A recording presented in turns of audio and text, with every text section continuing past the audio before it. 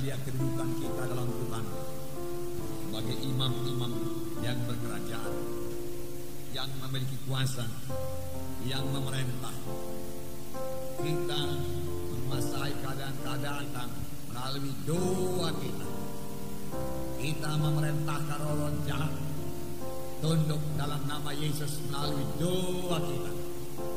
Anak Tuhan adalah anak Tuhan yang berkuasa. Tiap-tiap anak-anak Tuhan telah diberikan Tuhan kuasa.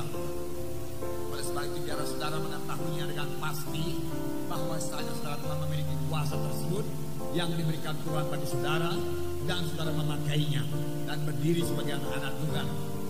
Maka kuasa dosa akan ditindas, saudaraku. Kuasa si jahat akan dikalahkan. Saya membacakan pada Efesus pasal 1 ayat 17. Dan meminta kepada Allah Tuhan kita Yesus Kristus, yaitu Bapa yang mulia itu, supaya Ia memberikan kepadamu roh hikmat dan wahyu untuk mengenal Dia dengan benar, dan supaya Ia menjadikan mata hatimu terang, agar kamu mengerti pengharapan apa yang terkandung dalam panggilannya, betapa kayanya kemuliaan bahagia yang ditentukannya bagi orang-orang kudus, dan betapa hebat kuasanya bagi kita yang percaya, sesuai dengan kekuatan kuasanya, dan seterusnya. Nanti kita sambung. Yang pertama kali doa Paulus kepada sidang Efesus, yaitu supaya mereka beroleh roh hikmat dan roh wahyu daripada Tuhan untuk mengenal Yesus dengan benar. Untuk mengenal Yesus dengan benar. Apakah kita sudah mengenal Yesus dengan sesungguh-sungguhnya? Paulus berdoa supaya Tuhan memberikan roh hikmat. Dengan perkataan lain, supaya Roh Kudus menolong mereka, memberikan hikmat kepada mereka, supaya mereka mengenal siapakah Yesus dan apakah yang telah diperbuat Yesus bagi mereka, apakah yang telah disediakan Tuhan Yesus bagi mereka. Kita hanya dapat mengenal Yesus dengan pertolongan Roh Kudus. Akal pikiran manusia ini sangat terbatas, panca indera manusia sangat terbatas.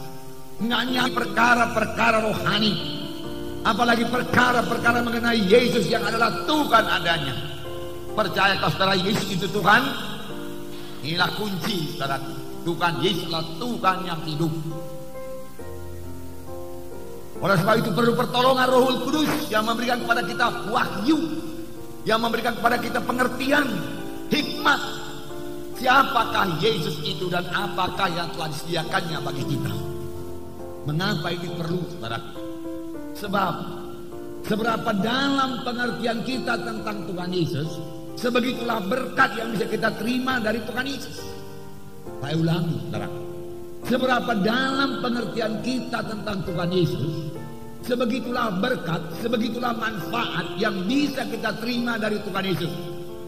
Sebab iman kita tidak bisa melebihi pengertian kita. Oleh sebab itu perlu sekali kita mengenal Yesus lebih dalam lagi. Tetapi pengertian kita bisa jalan lebih jauh lagi. Kita pertama-tama mengerti Yesus juga adalah penyembuh ilahi. Yesus mau menyembuhkan saya. Dia telah berbilur-bilur untuk menyembuhkan penyakit saya. Tidak ada yang mustahil pada Tuhan Yesus. Yesus hidup. Bilur-bilurnya masih berkuasa sekarang ini. Firman Tuhan juga berkata, oleh bilur-bilurnya kamu sudah sembuh. Lalu saudara mulai beriman, karena saudara mengerti Yesus itu penyembuh adanya. Ku terima bilurmu Tuhan, oleh bilur Yesus aku sembuh Tuhan. Hari ini kita melihat, saudaraku, Yesus lagi. Amin. Siapakah Yesus? Saudaraku, Tuhan Yesus adalah penguasa tertinggi di sorga dan di bumi. Saudara melihat banyak kerusuhan terjadi di dunia ini, banyak kejahatan terjadi dalam dunia ini, saudaraku. Setan gentayangan di dunia ini, saudaraku. Kejahatan merajalela di dunia ini. Tapi satu hal yang pasti, saudaraku, Tuhan Yesus masih di atas takhta, dan Tuhan Yesus tetap memegang kendali. Bukan setan yang memegang kendali, Tuhan Yesus yang memegang kendali. Termasuk Tuhan Yesus memegang kendali atas Indonesia ini, saudaraku. Dia yang berkuasa.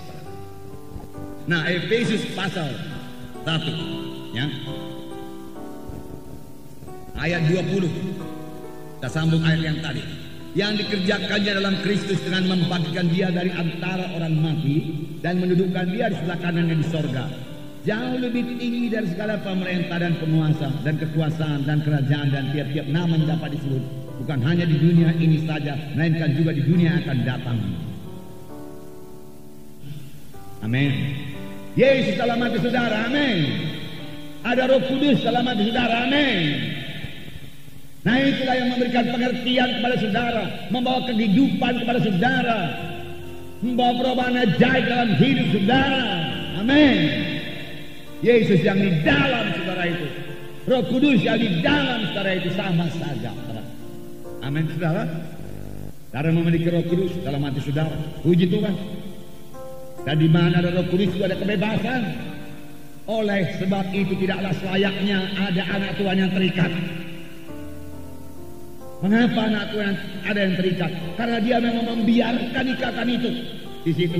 Oleh dia masih suka sedikit-sedikit. Tetapi sebenarnya dia mau bertindak dalam nama Yesus dan berkata dengan tegas, aku tolak engkau semua ikatan-ikatan dalam diriku. Tuhan ini sudah memerdekakan aku. Aku merdeka sekarang, aku bebas sekarang. Sama sebagaimana orang Israel di Mesir bebas daripada perbudakan. Sekarang aku juga bebas daripada perbudakan dosa, bebas daripada perbudakan penyakit, bebas daripada perbudakan kemiskinan, bebas daripada perbudakan kebodohan akan perkara rohani. Tuhan memberikan pemikiran yang baru kepadaku. Dan firman Tuhan tadi berkata supaya menerangi mata rohanimu.